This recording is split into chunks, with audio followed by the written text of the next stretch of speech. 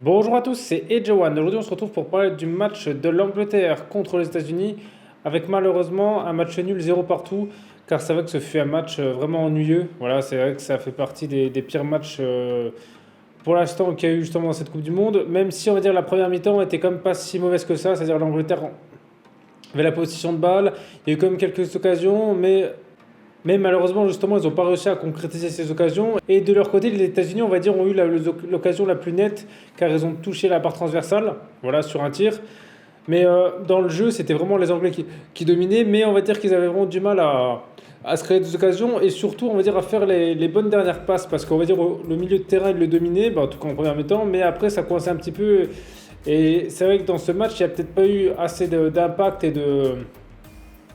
et justement d'individualité parce qu'il y a peu par exemple, de bons dribbles de Saka ou de Sterling, et donc c'est des choses qui ont un peu manqué. C'est vrai que il y avait moyen de faire quelque chose, mais par même Ken n'a pas été bien servi dans la surface de réparation. C'est vrai que il y avait aussi justement les deux latéraux qui sont pas assez montés pour aider et procurer des occasions, mais bon, ça pour moi encore c'est pas trop un problème parce qu'en soit que les joueurs normalement qui sont au milieu et devant, il n'y aurait même pas besoin d'eux justement pour se procurer des occasions. Donc là c'est vrai que j'ai pas vraiment trop compris ce qui s'est passé avec les Anglais.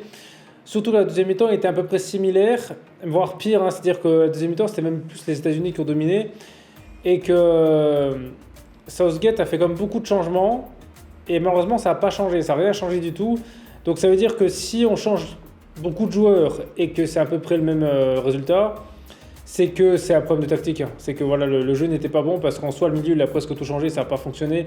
Donc je pense voilà, il avait vraiment un problème de tactique sur ce match. Après aussi, ce qu'il faut, je pense, prendre en compte, c'est que justement, ils ont eu le premier match facile.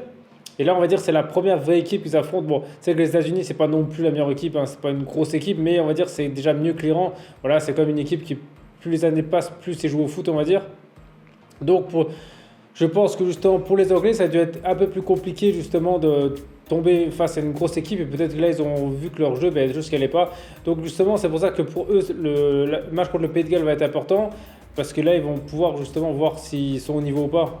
Après de l'autre côté les États-Unis n'ont pas montré non plus grand chose parce qu'en soi même si c'est qu'en première mi-temps ils ont eu une grosse occasion, la deuxième il faut être honnête ils n'ont pas été dangereux, Pickford a fait aucun arrêt donc il n'y a eu rien du tout. Donc certes c'était un peu plus dans le camp des Anglais, mais c'était pas non plus quelque chose d'exceptionnel. Donc c'est que on va dire que les deux équipes sont un peu neutralisées. Je pense ils avaient peut-être une tactique un peu similaire, voilà, mais c'est un peu dommage, on va dire, des Anglais parce que c'est vrai que moi qui les mettais en favori, là maintenant, on va dire, on va les mettre plus en outsider. Il va falloir attendre leur prochain match pour voir ce que ça donne vraiment. Mais là, c'est vrai qu'ils ont même pas trop joué de jeu long. Voilà, ils avaient fait contre l'Iran, ils avaient fait des bonnes transversales. Même le collectif marchait bien. Là, on va dire que par exemple, Sterling, honnêtement, qui est un super dribbleur, on l'a pas vu du match. Il est complètement passé à travers. Voilà, il y a plein de joueurs pour moi qui sont un peu passés à travers ou alors qu'ils ont plutôt justement pas utilisé leur qualité première, hein. Voilà, même, on prend Bellingham.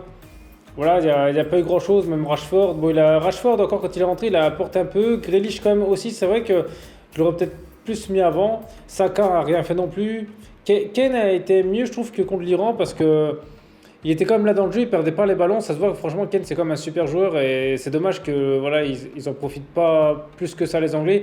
Et j'espère justement que ce match va réveiller les Anglais pour leur prochain match. Bon, après, normalement, je pense qu'ils vont être qualifiés parce que c'est déjà 4 points. Vu comment le groupe il est, ce serait compliqué qu'ils soient pas qualifiés, mais bon, on sait jamais, hein. À moins qu'ils perdent et qu'il y ait des autres résultats qui sont contre eux. Mais c'est quand même dommage de voir un match de ce niveau-là avec des joueurs qui ont le talent qu'ils ont. Mais c'est vrai que c'est souvent le problème des Anglais, c'est qu'ils ont souvent l'une des meilleures équipes, en tout cas sur le papier. Voilà, c'est vrai que quand on regarde leur équipe, voilà, je pense qu'il n'y a pas beaucoup d'équipes qui ont autant de joueurs de talent. Et finalement, ils n'en font jamais rien. Voilà, c'est à part là. Et finalement, ils ont du mal à exploiter. Alors certes, c'est les derniers finalistes de l'Euro, mais là, malheureusement, bon, après c'est sur un match. Voilà, ça va que le prochain match va vraiment être décisif. Donc voilà, après vous justement, dites-moi dans les commentaires ce que vous pensez de ce match, hein. Voilà, c'est des choses que j'ai pas dit, vous n'êtes pas d'accord avec moi. Et sinon, merci à tous d'avoir regardé cette vidéo, c'était Edge, on se retrouve très vite pour une prochaine vidéo.